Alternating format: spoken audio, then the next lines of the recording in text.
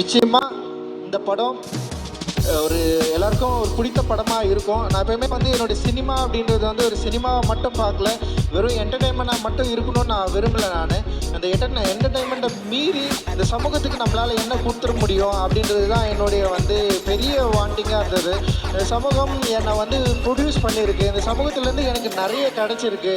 அதில் இன்பங்கள் நிறைய இருக்குது, துன்பங்கள் நிறைய இருக்குது, நிறைய படிப்பினைகள் இருக்குது. ஸோ இது நான் அப்சர்வ் பண்ணியிருக்கேன். இந்த அப்சர்வ் பண்ணதை நான் ஆர்ட்டாக மாற்றி நான் ஒரு சினிமாவாக நான் உங்கள்கிட்ட கொடுக்குறேன். நிச்சயமாக இந்த சினிமா உங்களுக்குள்ளே இருக்கிற அந்த உணர்வு எழுச்சியை டச் பண்ணணும் அப்படின்னு நான் நினைக்கிறேன். டச் பண்ணுறது மூலமாக இந்த சினிமா சில விஷயங்களை, விவாதங்களை உண்டு பண்ணும், சில கேள்விகளை உருவாக்கும். அந்த கேள்விகளை பதிலை தேடுறது மூலமாக வரலாற்றில் நம்ம மறந்த நிறைய கேள்விகளுக்கான பதிலை நம்ம பெற முடியும் அப்படின்னு நான் நம்புகிறேன். அதுதான் என்னுடைய சினிமாவாக நம்புகிறேன், அதுதான் என்னோடய ஸ்ட்ரென்த்தாக நம்புகிறேன்.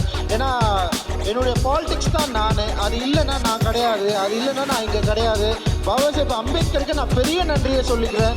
அவர் இல்லைன்னா நான் கிடையாது. அவர் தான் என்னை இவ்வளோ தூரம் நீ உன்னுடைய சமூகத்துக்காக, உன்னுடைய மக்களுக்காக நீ பேசியே ஆகணும்னு சொல்லிட்டு என்னை புஷ் பண்ணி என்னை இந்த ஸ்டேஜில் நிற்க வச்சுருக்காரு.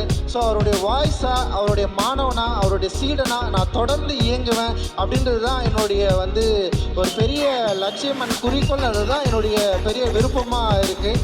இந்த நேரத்தில் நான் எல்லாருக்குமே நன்றியை தெரிவிச்சுக்கிறேன்.